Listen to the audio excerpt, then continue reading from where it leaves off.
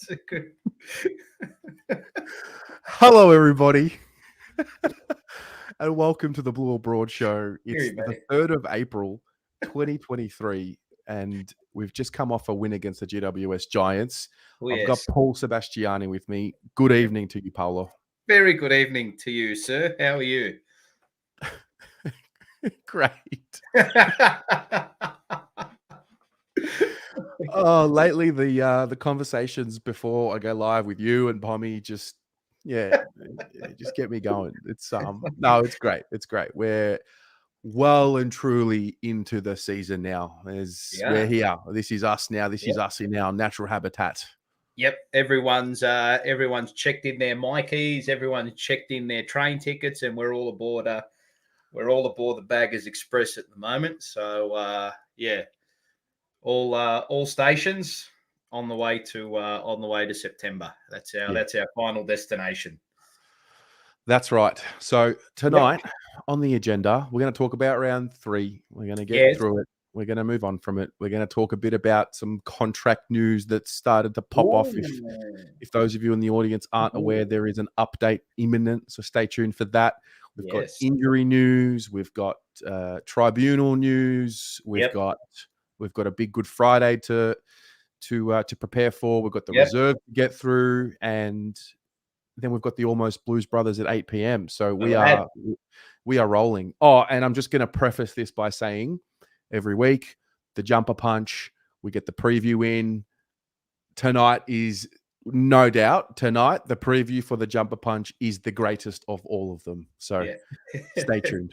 By the greatest of all of them. Well, close to it, but you will like what's on offer. I think there will be a few jaws dropping around the nation towards the back end of this program, which is very exciting. Very exciting. Rocco and Vince, I have to big them two up. They have done a phenomenal job with the show over the last sort of 2.5 years. It's just been incredible what they've been able to do with regards to the player interviews. So you'll see it again later in the show tonight. But they've worked wonders. They've been amazing.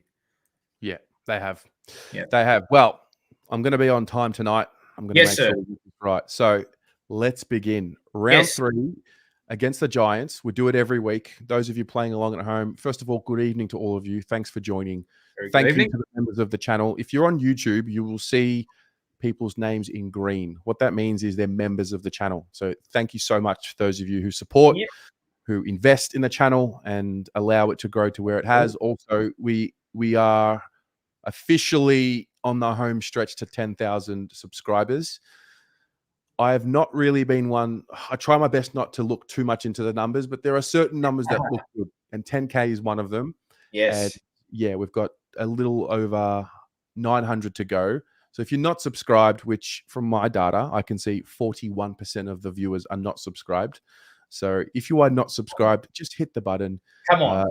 There will be and if you subscribe, you get that 17% discount at Schnitz Northland. Correct. It's a win for everyone. That's it. It's a win for everyone. And if this channel 10,000. Yeah, it's crazy. It's crazy. It's unbelievable.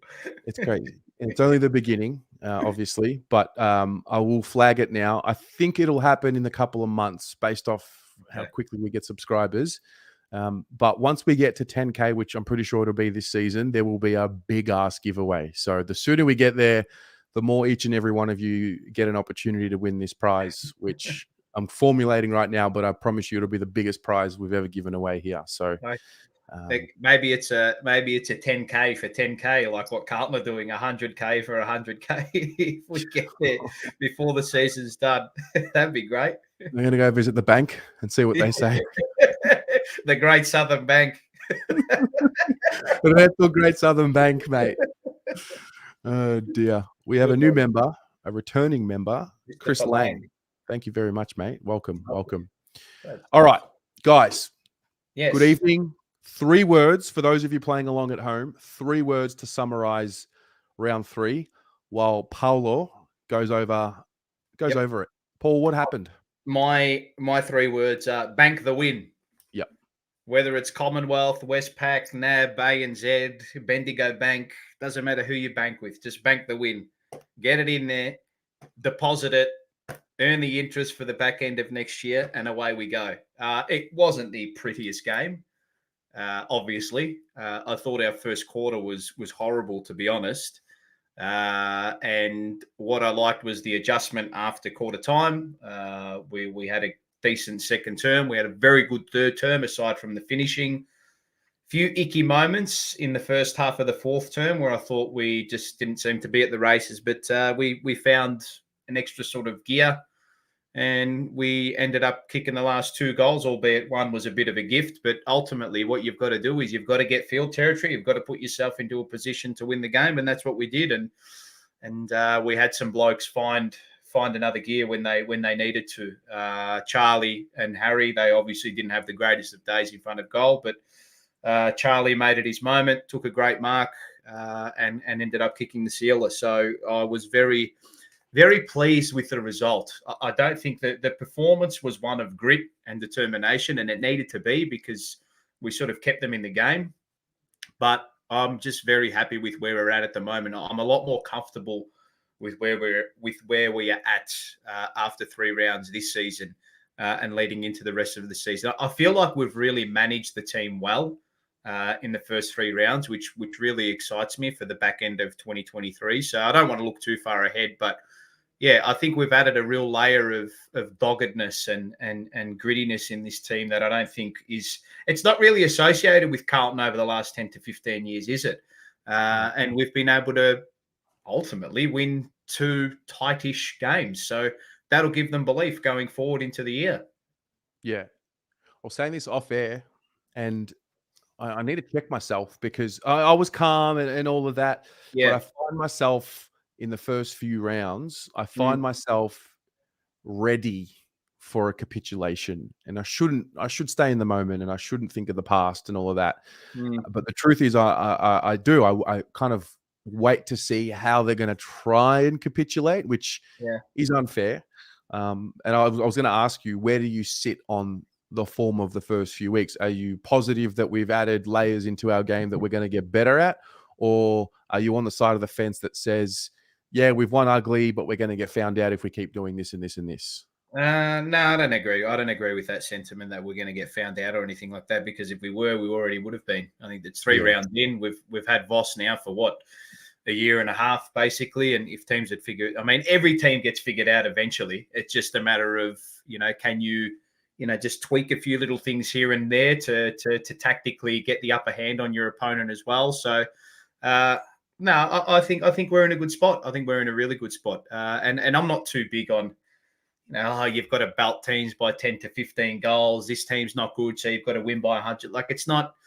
I just want to see them get into this mode of just go out there and not just go out there and get the win, but go out there, just have some pride in your performance, which I think is what we've seen the first 3 weeks as well. And I actually think our ceiling is a lot higher this year as well. I think we've got so much improvement to come, so much improvement. And it's not a case of, oh, geez, we could be better. I think they know that they can go to that, 4th, 5th, 6th, 7th gear when they need to, but you can't peak too early, Tez. And that's just been a big thing for me as well. The best teams are set to peak at the right time. Manage your team early, bank the wins as early as possible, and then set yourself up for a nice attack towards the back end of the season, which ultimately I think last year we were grasping and hanging on. I don't see that this year. This year just feels a lot different. We've rotated Kennedy, rotated Hewitt, and the squad seems to be nice and stable as well. So, again, look, percentage won't matter if you bank the wins, and ultimately that's what you've got to do. Wins before percentage is my shtick. Yeah, I'm with you on that. Yeah. I start of the season, I made it really clear in my mind, I want to see a month of footy before I kind of make any declarations. Yeah. But I've got to shout out the back line. As a collective, the back line, there is a doggedness about him. There is a determination about him. And I think overall there is an emotional maturity about him. The forward line, we're going to get to that because there's a bit there. There's a bit on. There's a bit that I'm probably not concerned. It's just they're probably just lacking what the other lines on the field already have been able to do. And maybe that's just a continuity thing. But yeah, I don't see us getting too high or too low so far in the first few games. Yeah. Yeah, I think the forward line as well, especially in this round 3 game, you've just got to be smarter, especially the two talls. Like Harry and Charlie were just Harry was just all at sea in that game, and yeah, I didn't really like his game. But you know how much I love him. He's my favourite player at the club, but I think he just needs to be a lot more intelligent, and those two tall forwards need to begin to lead away from each other and actually isolate themselves to give themselves the best chance of marking and actually causing damage to the opposition too. So it was, I think, and you know how big I am on setup. And when I say setup, when I mean setup by the team you put out there, the conditions you're playing in, who you're playing against, our strengths versus their weaknesses, their strengths versus our weaknesses.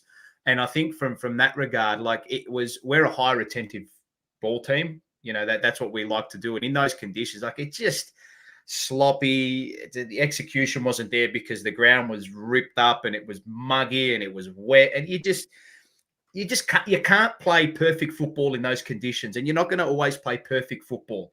Up to a certain point, we did.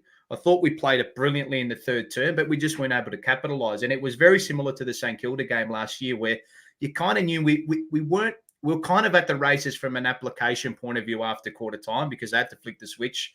And I love Paddy Cripps's quarter time address. I thought that was great, and that really clicked them into gear. But again, I mean, like if we're looking back at that and saying, you know, our execution needs to improve, I think it does to a certain extent. But the setup was just not great. The conditions just didn't suit us, but we still got the job done, and that's what it's about. Yeah. Look, there were a lot of them. We spoke about it on the player ratings last night.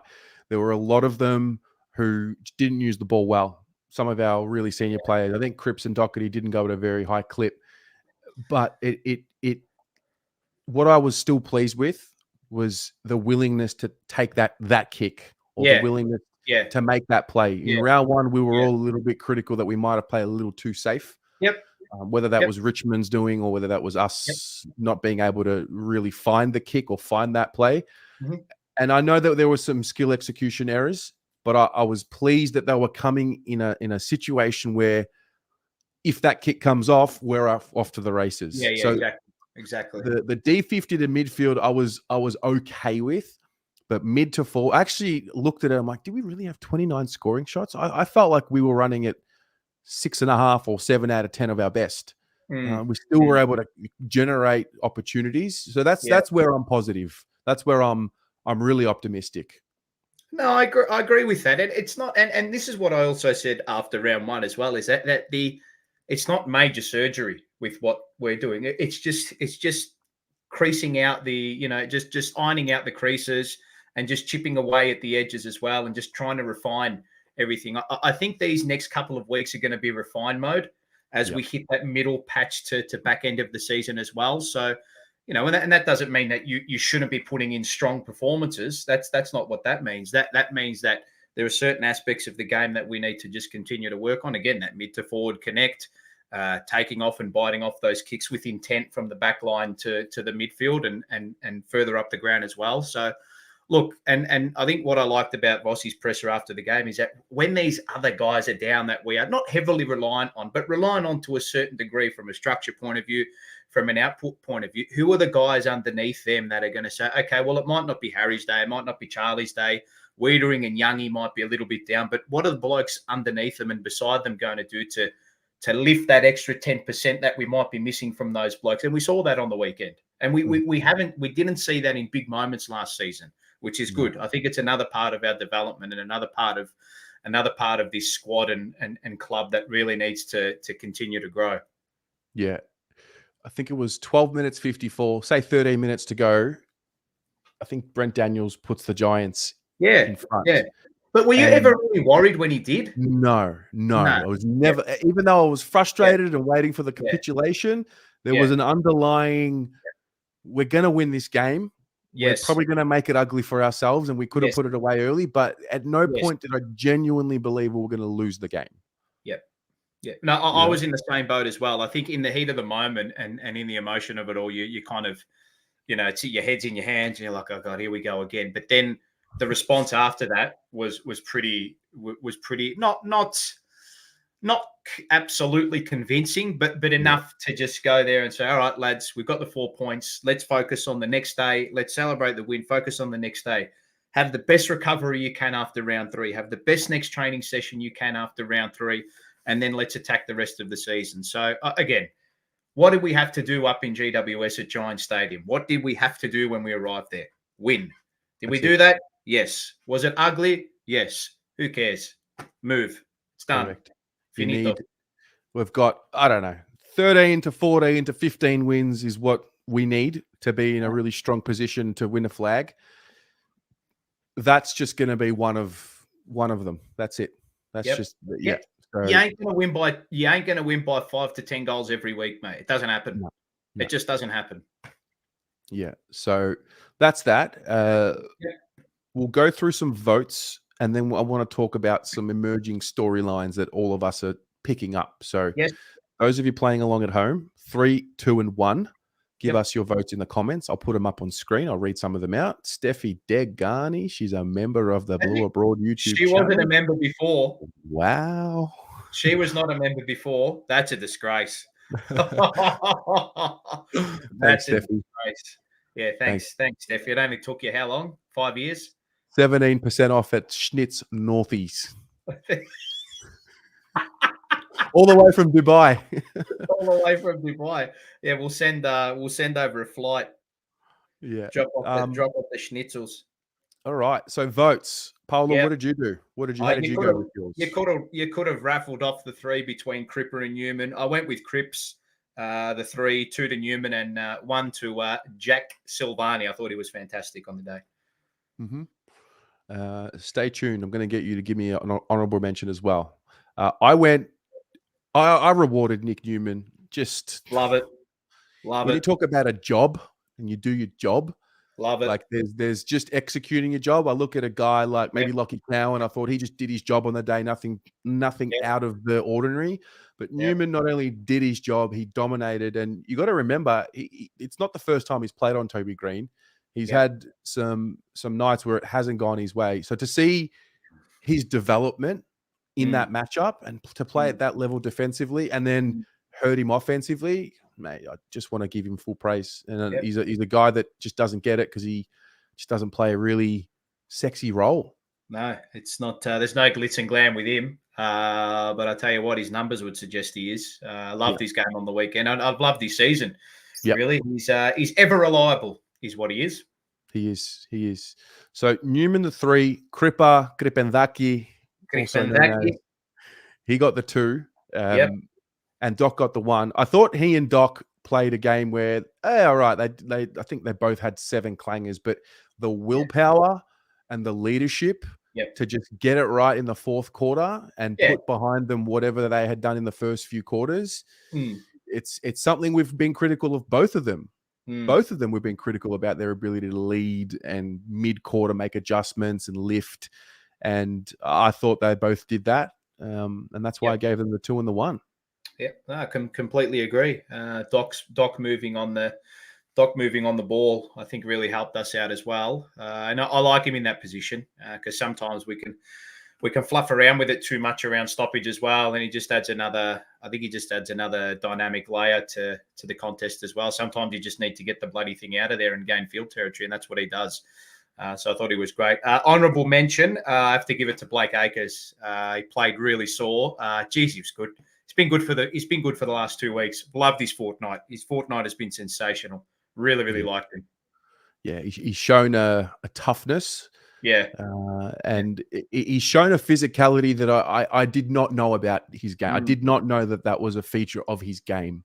I obviously haven't watched much of him previously. I caught a bit of him towards the end of last year when there was a bit of talk that we would be looking at him, and I was impressed.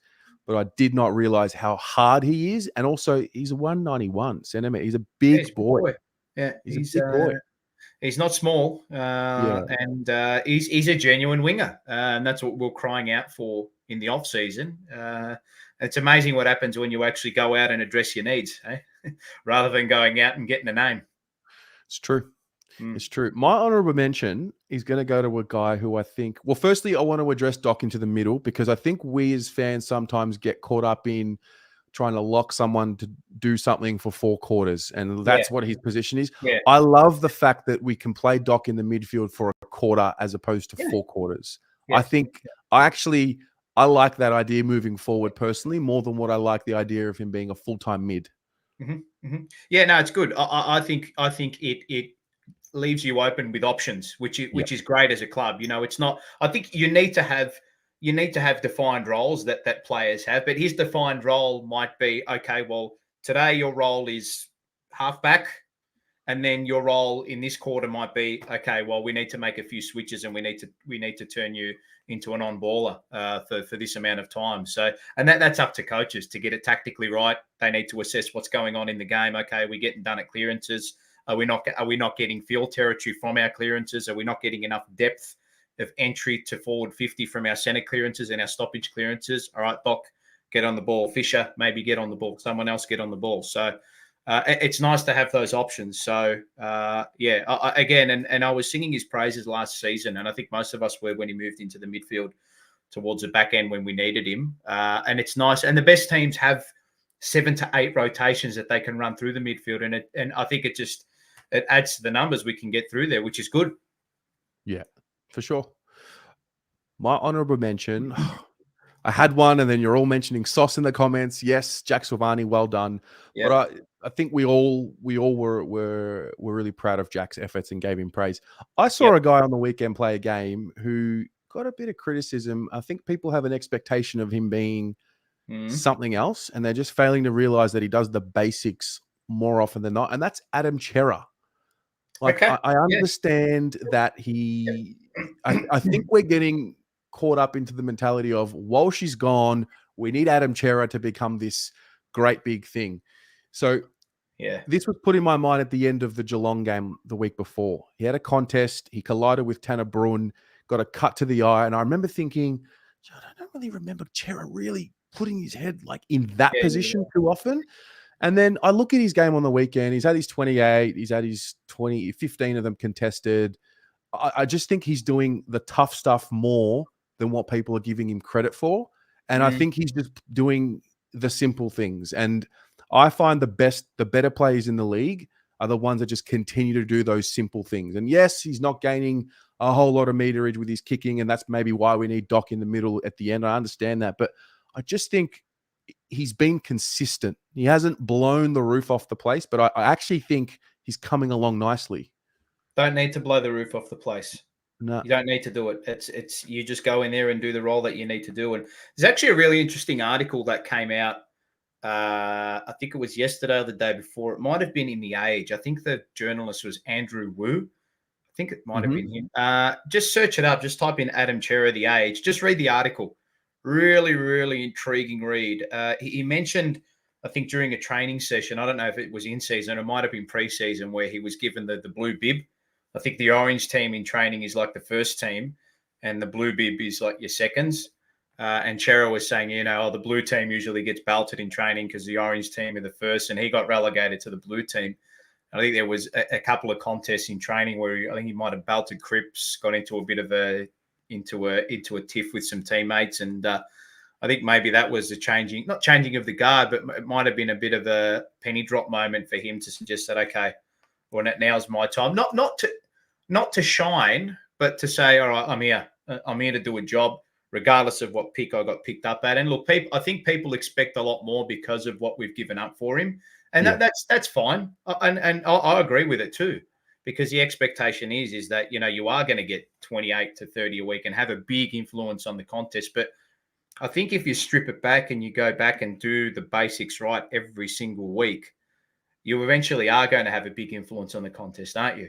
Correct. And also, it's not like he hasn't performed in big games for us. His round 23 game last year was huge, exceptional. Yeah, enormous. Enormous. And this is the point here. Wildy says it here. He's grown his game. He's tougher at the Blues than what he was at Freo. I totally agree. He's becoming a tougher player, and is he 22 or is he 23? 23, I think. 23. Yeah, he's got 10 years in him. It's not, and I love that we have the option to rotate him and Doc. Yes. In that halfback role. It's a fantastic thing to have, I think. You can rotate in play as well. So I think it's I think it's a really good thing to have in that team, and they're not like for like, but position they can both handle midfield and halfback as well, which is fantastic. It's great. Yeah. So storylines. We're Yep. 3 games in. Let's try and what are you seeing, Paul? You guys at home watching high level. What are you summarizing? What are you seeing after 3 games? Or maybe if you want to call out something you noticed in the round 3 game as well. But what are some of the storylines that you think are emerging? From an individual perspective, I had just from this game, I had Silvani sends message. Yep. Which I really liked. Not a personal or it wasn't a vendetta type message like, oh, look at me. It was more, no, I'm here to stay. This is my role. The half forward role is mine. And we had the argument on the jumper punch last week or the week before about Silvani and what his role is at the club, and he needs to just be held into that half forward role. And I said it a couple of weeks ago when you and I went live on Monday, I think a fortnight ago. I don't want to see him in the ruck. I'm over it. Like no more. Leave him at high half forward. Let him be the hit up. Let him be the outlet, and just leave him there because that's his role. And he plays it well when he is given the opportunity to play that role for the majority of the game. So leave him there. From an overall team perspective, I think the story this year is that top 4 is 110% on the agenda. And what does top 4 mean? Flags, baby. Of course. What are we here for? That's right. That's right. What are we here for? To finish 9th. Yeah. And we're here to win a flag. We're here to win flags, plural. We're not here to do anything else. We're not here to, like all the social causes and all that great, whatever. We're here to win premierships. That's what this club is built on. That's what this fan base is built on. That's what these players want. That's what our coach wants. That's what our president wants. That's what our CEO is there for. We're here to win premierships. Yep. That's it. And we can do it. What are we now? Third or second favorite to win it? Why not? Like, I mean, the teams that finished outside the 8 last year alongside of us, there is no team there that is going to. There's no team that's going to scoot past us based on talent and application and output. I'm sorry, there just isn't. There isn't. And if there is, I'd be really disappointed and shocked. But I think in the complexity of the season, the way we've managed it in the early parts, if we continue to do this as the season goes on, I mean, there's no way known that we couldn't finish inside the top 4. So I don't know what the fear is behind that and actually putting that into the ether. So just go along with it, I say. Why not? Yeah. Fair. Some of the storylines here in the comments. The back 6 is officially a fortress. Yep. I like that. Like that. They're a good team down there. Yep. Carlton managing the playing group properly this year. Spot on. Kennedy would probably have played last year. Yeah, well, it would have been by necessity, though, because we had no one else. You're down to 22, 23 blokes, and what are you training with? What are you going to do? Train 12 on 12? How can you keep the standards up as well? That's the big thing too. So I think from that point of view as well, last year was and Voss continued to allude to this as well. Last year was walked into the club. These blokes are not up to it. I need to push them to breaking point. And then this year is the year where we just taper it back a bit and say, okay, I know what you guys are capable of up to a certain point. This is your capacity. This is where we need to reach. Mm-hmm. I like it. Turning into leaders. Speaking of, this is one of my storylines that I've noticed over the first few weeks. Yes. I hate to go individual, but whatever. Patrick Cripps has turned another corner in his development, and there's a real. I think I've seen him in seasons gone by where we've asked him to be a bit demonstrative at times, not for the sake of being demonstrative, but just to turn the page on the severity of the way his body language is. Yep. The way he brought him in at quarter time, I think after the game against Geelong, so he brought them all in. They had all the media was there. He brings them into the change room. They have a players only meeting just to stem the hype. And I'm watching. It's too early to call, but it's just a bit of Voss. It's starting to rub off the willingness. It's just starting to rub off, and I'm noticing the maturity of the way he speaks. Maybe the Brownlow does something as well. Maybe that's a piece of the puzzle. Yeah. But he is really, really evolving another layer in the way he carries himself, and I love to see it. Controlled aggression is what it is at the moment. He's not going over the top. It's that look that says, boys, we know we are good up to a certain point, but we need to get better and continue to get better. And he's carrying them on, not carrying them on his shoulders, but I feel like they've all sort of come alongside him now, if that makes sense. It's not he is leading the way, like he's the man in the front, but I feel like they've just become a little bit closer to him up on his curtails, if that makes sense, rather than him, dragging a 1 kilometer long chain and picking everybody up behind him, which is what he's had to do in previous seasons. So, the floor is becoming a lot, it's getting closer to the ceiling, if that makes sense. There's a few of them that are like that. There's a few of them that are raising the standard of their, all right, it might not be your game, but there's a few of them in this team now that are raising the standard of what their not so great performance looks like. Yeah. Yeah. But they had to. They had to. And I think we saw it. I think we did see it in the last 2 games of 2022 when we were out in our feet and both Melbourne and Collingwood were sort of gearing up for a decent crack at a flag. And we were there, and then we just, the back end just fell out, unfortunately. So I think now it's just a case of, the standards and expectations increase, and with that comes added pressure, and you either sink or swim either way. And at the moment, it looks like we're doing pretty well. There's a sense of, I think the big thing I think from the club and the fan base is that it's really quiet at the moment. Yeah. You know what I mean? It's not, oh, geez, Carlton can win the flag. Carlton can win the flag. It's not that up in lights. It's, no, these lads are doing what they're supposed to be doing, and we'll just continue to build as it goes on. Yeah. I think we've snuck under the radar a little bit, just a little bit. For sure. Well, the club, like it or not, has turned a leaf, and we're moving into being a values-led club. It's all over. You go to the club, you go to the cafe, you see the menus on the tables. The 5 or 6 values are there. Humility is one of them. I was there last week, and I saw it, and I'm like, you know what? Yep. We are traditionally the arrogant Carlton Football Club, and fuck the rest, and we'll just pay our way and we'll do whatever the fuck we want because we're Carlton and whatever. Yep. There is a humility around the club. That can sometimes be interpreted as being soft, but we needed to humble ourselves before we could actually evolve. That's why I personally believe the previous rebuild failed, because fundamentally at the top, there was still the inkling of the arrogance and the standards weren't there. And there was an assumption that we would just get it done because we're Carlton. There is a humility around the group. Whether you subscribe to this or not, like, I don't really fear our boys getting themselves into a situation like what I see some of the other clubs and some of their players getting into, because there's a real family vibe around the place.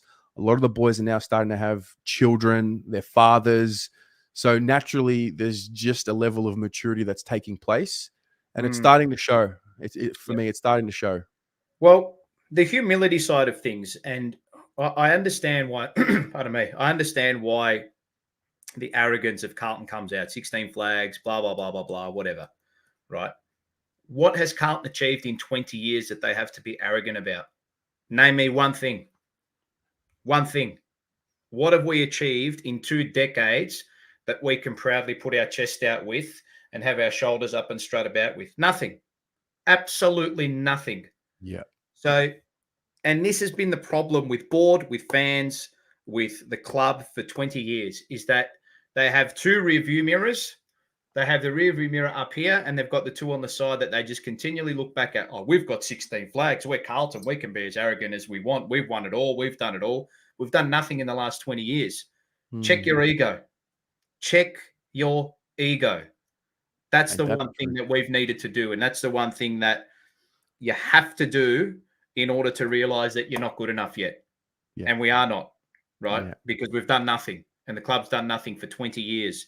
And to hang on to the success of the past and put that on yourself and say, oh, this is my club. This is what I'm involved with. This is what I'm part of. No, you're not part of it.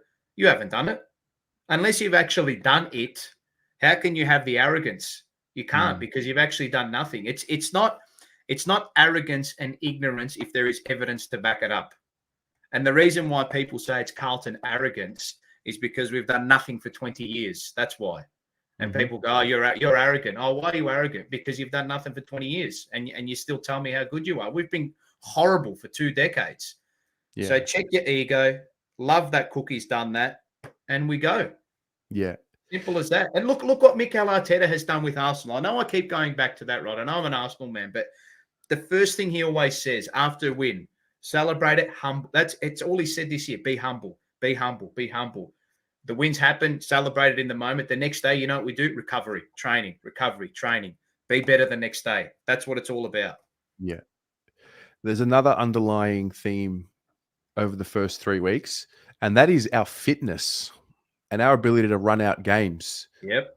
Don't watch us in the last 3 weeks and think that we slowed down in the fourth. I think we're running out games a bit better overall. I think we'll see. Give it a few more weeks, but the way we've finished games and the way we've closed it out, I'm going to give some credit to Mr. Russell and the fitness regime and the commitment, because he's one that is an easy target when injuries come. Yes. I think by the same token, there needs to be consistency. I like what I'm seeing from the way that we've run out games. Yeah. No, it's a fair point. I think playing smarter football and having a structure and system that doesn't have to be that isn't horrible and means that you've got to sprint back, ridiculous amounts of meterage and kilometers to be able to make up for a poor and inadequate system is what we're seeing, I think, now. So the system holds up. You've just got to be smarter with your running patterns and not conserve energy, but balance it out to a point where you are running on top of the ground late in the game too. So, but there's also a point in time where you're going to be stuffed in the back end of a game, and that's where you have to manage it well. And whether that's managing it by, going out and slowing the game down. I think there's one thing too, like slowing the game down, but still being able to score. Yep. That's a big thing. That's what the best teams do. Yeah, no doubt. And that's a piece that, look, make no mistake, there's still a lot of area of improvement. 39 tackles for a game, that's just not us. That's not us anywhere near our best. 3 tackles inside 50, that's going to have to improve as well. Yep. So it's not to get too excited. I think I'm just a little bit more. Last year it was new. Last year it was like, oh, finally we're starting the season with some wins, and we hadn't seen it. This year I'm a little bit more reserved. I'm excited, but also get me to 14 wins, 15 wins, and then I'll lose it completely and just completely, dive in headfirst into whatever this all is. Well, I mean, you need to set up your year to a point where you're at the best possible point to win a flag, and that's getting into the top 4, and that has to be the aim this year. And if you fall short, so be it.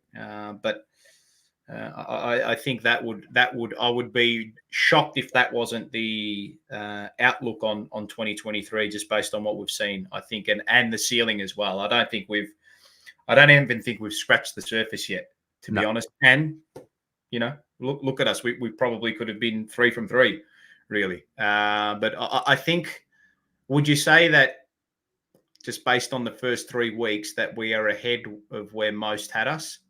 Definitely. Okay. Yeah, I think most expected us to drop one of the first 2, if not drop both of them. Yeah. When I looked at the first 4 games, I think I had us at 3-1. That's where I had us. That was my guess. I thought we'd lose to Geelong before the season started. I thought we'd beat Richmond, lose to Geelong, and then that was my guess when I was doing my tipping. So no, fair point. Yeah. Uger with $100. Thank you, mate. He says 10,000. We can do it. We can do it, and we will do it. Then you might remove the decimal point with the donation. Yeah. All right. So we'll move on because we're getting excited here. That's what we do. Yeah. Let's touch on the reserves just quickly. Yep. Disappointing. Yep, disappointing. Poor first half. They seem to be in the first 2 weeks playing in patches. Like after quarter time of round 1, they dominated field territory and inside 50s. But just couldn't make it count. And then on the weekend, it was just not great from start to finish. I know GWS had a few big players come in. That Cadman's going to be a really good player, the number 1 pick. But I think I also think that they had Phil Davis come back as well, which made it tough for Ben Crocker. But yeah, just another disappointing result, unfortunately. That I think they are pretty inexperienced. I think with the squad that they've brought in as well, and there's been a little bit of chopping and changing. Losing Xavier Ma with a knee injury was not great. He's a VFL listed boy, but Chincotta was good again, heaps of the ball, but yeah, just disappointing. I don't. The only player, and I'm really excited for this. Just result aside, I mean, results are important, but Jackson Binns, I reckon we might have found one there. Wow. Yeah, really, really like what I've seen from him in the first 2 weeks of VFL. Yeah, he could play a little earlier than I think most expect. I really like him. Really we'll touch on that. Selection's going to come up. We're going to touch on it towards the end. Yeah. But of the performances on the weekend in the reserves, who is genuinely putting their hand up or in the mix? Or is it one of those games where they played so poorly that you don't want to reward any of that? Maybe Binns. Maybe if they want to go the way of, and I know that they're sort of different players, but if they want to go a little bit more conservatively in the back line, maybe Plowman, give Cowan a rest. I don't think they'll do that. I doubt they'll do that. Maybe Binns comes in, or maybe if Owis is out, which it looks likely he will be, maybe Honey takes that role. I know Cunningham, for those asking, I think he only played a half. He was on very limited minutes. So, yeah, he didn't have a huge impact on the game, but he got through, I think, well from all reports. And maybe Brody Kemp, I liked his game. But again, he's playing that sort of, half-back type of role at the moment that he's trying to be slung into the half-forward role when they need him up there as well. So I don't think there's anyone really bashing the door down aside from Binns and maybe Honey if that's the case. But it's not one of those ones where you're like, oh, yeah, he should get in. The only one I was looking at was Binns, and that's about it for mine. Right. Because I didn't watch all the reserves game. I watched probably the first quarter, and then I saw some of the commentary in the player rating stream last night around we need to make changes, we need to drop O'Brien, Fisher needs a spell, this player needs a spell, and okay, fair. If someone feels that way, fair. But I think we need to move past the drop the player for the sake of dropping the player. Drop the player, and what's the solution? What is it's like drop Fisher for who? Drop O'Brien for who? And there's the notion of play the kids. Well, there's 2 first-year players in the team. Corey Durden's in the team. Jesse Motlop's in the team. Yep. We are playing the kids. They are there. They're on the field. Yep. So I'm just curious as to what we actually do with team selection. Always looks like he's going to miss. That's a hamstring, and it is what it is. Akers is injured. It's not a shoulder. It's a pec. And he's obviously got the week. We'll probably touch on Blake Akers as a whole now. But, Jack Martin for always could come in. Yes. Then there's the question. Wait, did he play in the reserves? No. So then my question is, I thought he looked unfit round 1 to run out the game. So it's like... it has the stench of Jack Martin. That's what it feels like if they're going to bring in. And I don't mean that in a bad way. I'm not saying stench in a bad way. I'm saying that it just has the feeling of, he's out, Martin in. Yeah, has that feeling. I don't mind it. We're doing the like for like, which is where I like that. Has to be, doesn't it? Has to be that way. So Blake Akers has been given a week for a knock on Brent Daniels in 40 seconds to go in the game. It was graded as careless, medium impact, and we're contesting it at the tribunal. The real, we'll just cut to the chase. The thing I believe we're going to be arguing is it's the grading. I don't know how they graded it as medium impact and not low impact, because, I mean, John Ralph will tell you that Brent Daniels stayed on the ground for 15 seconds. There's 40 seconds to go in the game. They've run their guts out. He's just having a lie down. He's not concussed. There's no injury report to suggest that he had an injury or a head injury or a knock or concussion of any sort. So I'm curious to see how it plays out. I can understand the careless grading because he was just throwing himself at the contest and it was a bit of an innocuous knock. But to grade it as medium when Griffin Logue lined a player up and that was graded as medium, that's where I find the inconsistency. Yeah. Again, I think if they can, the only way out of it, and that's what they will argue, is the grading of the contact. So it'll be trying to get it from medium down to low, which I think they can do. It's just that they'll look at the injury report from Brent Daniels and say, well, he was fine. It was, again, as you said, the last 40 seconds of the game, he's just run his guts out. He's been, sort of thrown to the ground, hit the ground, and I was shocked when it first happened. I get it. The only reason I think it was given a week now, and it's stating the obvious, is because of this, the whole concussion class action. And as soon as you hit the head, it's sacrosanct, and I get that. But for me, I think just on a glance, it looked low impact. But it's all subjective, isn't it? It's just subjective. Correct. I think they're just covering their tracks, the AFL, a little bit of that. So we'll see. We have a game on Friday night, twilight. So round 4 against North Melbourne. And I just want to start this conversation with a little clip just to remind us it's a big game because we're coming up against the toughest, most brave, courageous footballer in the AFL. I'm talking about the Soo. Knowing that their history hasn't been all that flash. The Suv. I'm talking about the Suv. I can't wait and see if we're going to be quaking in our boots when Suvlaki lines up against us on Friday. I can't wait. He did kick 7 on us a couple of seasons ago when we had Reto Teague. It's been a long time since then. I think maybe Weeders and Youngie might have a bit of a chip on their shoulder when they go head to head with you. That was a shocking act. That was a real low act. Especially when it plays in a vulnerable position. To me, that's worse than what Akers did. And didn't Larky get a week for it? Did he get a week? Nothing. Or what did he get? You got nothing. You sure? Nothing. I'm pretty sure he got nothing. Ari will confirm in the comments because I know he follows this very closely. I'm certain. I reckon he got cited. I'm certain he got cited for that. I reckon he might have got a week. Can somebody in the chat do that for me? Yeah, I'm certain he did. If my memory serves me correctly. That was a great. My mistake. He was banned. He was. There you go. Yeah, he got a week. I thought he was. It wasn't enough. It should have been a month. Month. Mate, that's neck injury territory. That's real dangerous. Like in the air, vulnerable as well. As I said, I mean the MRO's chook lotto basically, but this game's I think from what we're looking at, there are very, very limited seats left. I believe it's a sellout. Correct. So the reserve seating is a sellout. There's also one big point I wanted to raise. Oh, yeah, that's right. It's Good Friday, so there's that. Correct. There is the biggest raffle of the year with the cheer squad. So just want to bring that to everyone's attention. Very special raffle, raising funds for the Royal Children's Hospital Good Friday appeal.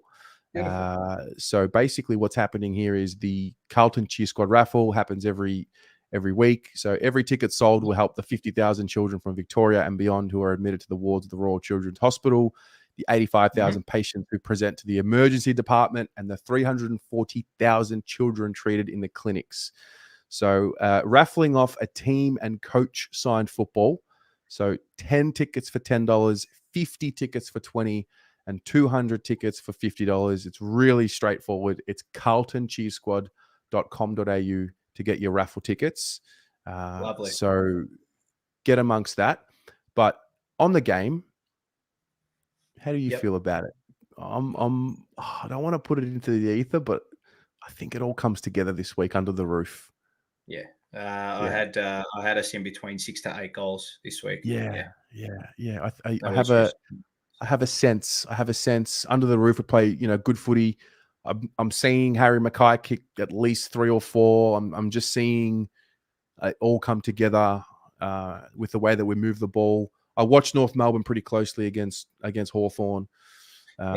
They did push at times, but yeah, I look at this game similar to the Giants. If we are professional, if we stay in the moment and we don't look too far ahead at what could be and what we should be doing, and we just stay in the moment, I think we're in for a good night. Yeah. No, we will be in for a good night. Very confident we'll get the job done quite comfortably. I think I've been pretty spot on over the first 3 weeks with how we were going to perform, and I'm pretty confident coming into this week that it'll be a pretty comfortable win. I'd have thought they might stick around for a little while, just given it's Good Friday football. That's their thing, North Melbourne, and they love playing those Friday night games against us. And they usually pick us as the opponent because they love playing us on these primetime games. So, Clark will have them up and about for a little while, but I think the class and experience factor should kick in for us. And I've got no issues with this game at all. It's not a danger game. Don't say it's a danger game because it's not a danger game.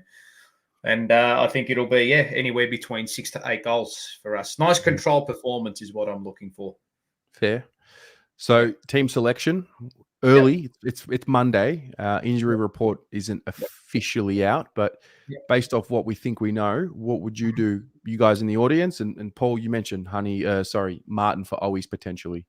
Yeah, I think that'll be the swap, and I think it might be Matt Kennedy in for Ed Curnow. I think that'll be I think those will be the two changes that are made. So we'll have to wait and see. And maybe if they want to go down the path, if they want to give Akers a rest with that pec or whatever it is, then maybe they go with that and bring in O'Brien to actually start on the field. So that just opens up the sub, I guess, for whoever that might be. So. Expecting 2 changes. Kennedy hopefully comes in, and I think Ed Curnow will make way for him. Yep. There was a bit of talk online. I mean, we're all just waiting for it. The Sam Walsh talk, a bit of talk around. Do we bring him in early? Do we not? Yep. I have no idea. I have no idea where he's at. I have no idea. I know that from what I'm reading, he's training, and they're going to wait. They're going to reassess. I just don't think there's a need to rush anything. And if it's an extra week, if it's an extra 2 weeks, then so be it. Yep. I know he's missed a fair bit of football as well. I wouldn't be too worried if they brought him back through the resis just for a little bit. But I just more a touch point of view. I don't think it's not a fitness thing. It's just more of a touch thing. So, but it wouldn't surprise me if they were just to bring him straight back in. So I don't think it'll be this week. Wouldn't surprise me though. Wouldn't surprise me. Yeah. Fair. So, firstly, thank you very much, Lewis. Welcome back. Yes. Lou is looking for Walsh and Kennedy in, but Lou, who is out? We need the solution. Who are they coming in for? Let us know. What do we got? Lob in for Akers and plough sub would be ideal. Maybe we'll throw him up forward like we did against Melbourne in that preseason under Voss for the first time. Remember that? You know what? Fair play to Lockie Plowman and the way he's going about it in the twos. Fair play. So we should. Yep. Fair play. So we should. Have we missed out on the other news as well, Terry? We haven't really touched on this. Kick us off, mate. You're the one that's got the Mr. SEN. What have you got for us? Sammy Edmund, who is one of my favourite journalists and one of my favourite on-air newsbreakers. He's a brilliant journalist. Has said that Tom de Koning will be signing a 2-year deal at the Carlton Football Club. An official announcement.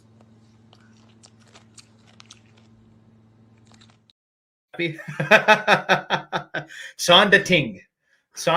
Get the pen and sign the dotted line. So 2 years is understandable. I think that'll bring him up to the official unrestricted free agency period as a footballer, and that's just smart management by his player agents. So, TDK. 2-year deal. 2 years. 2 years. I like it. Yeah. I always felt, I mean, it's not official yet, so I'll wait. But I always felt, and I still feel like, why leave now? You've been through 5-6 years of pain there. Yeah, you drafted in 2017. You lived through 18, 19, 20, 21. You were at the club for there. I always felt it just doesn't make sense. But look, you're right. He's been eating $2 steaks at Carlton for 5 years. You don't want to miss out on the wagyu with the lovely caviar on the side as well with what's to come at Carlton in the next couple of seasons, mate.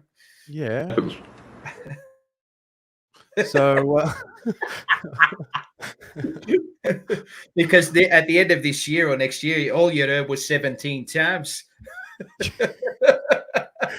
it's so good. It's so good. Yeah, we're on the cusp of something, and hopefully we just get it confirmed so we can get on with it. Yes. But yeah, Can I just say, great news, but you know what? And you mentioned it just then, like, why would he leave now? I went back, and this is just me reminiscing, right? And I don't like always looking back, but just to see how we've developed as a club and as a fan base. Do you remember that time we lost to Port Adelaide? It was Murph's last game. 19 straight goals there. I just went back to our fan cams, and I was crying. I was in tears.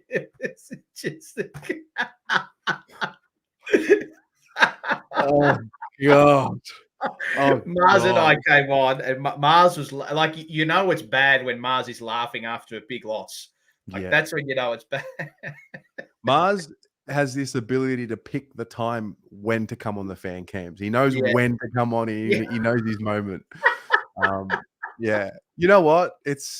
I'm glad we have the memories. I struggle to watch old content. I really do. I find myself just cringing at myself. I just do. But I'm grateful. Like, it won't matter when I'm dead, so it's fine. Yeah. I'm grateful that we have the memories, because it has to be a reminder of where we've come from. And, we get a little bit caught up in what we should be in this, and a bit frustrated at the way we win now. But, mate, we were like at death's door, banging down the door, asking, come on, get it done. Now we want percentage. Yeah. See, this is what Pommy and I always say. The fans are a big thing in setting the standard. Don't forget that. Do not forget that. Correct. Now, 3 minutes to go. Yes, sir. I'm going to play. So we've got the Almost Blues Brothers coming up right after this, live. Tomorrow night is the Jumper Punch. Promo time, baby. Take a look at who is going to be joining them. G'day all, Steve Kernahan here. Do yourself a favour. Watch every Tuesday night at 7 o'clock the Jumper Punch. What a great show. Vincent Rocco, great man, great show. Go the Blues. Beautiful. That's all. Mate, you got it right the first time. For him and himself and everybody around, 'cause he ain't got nobody. To this end, I'm good,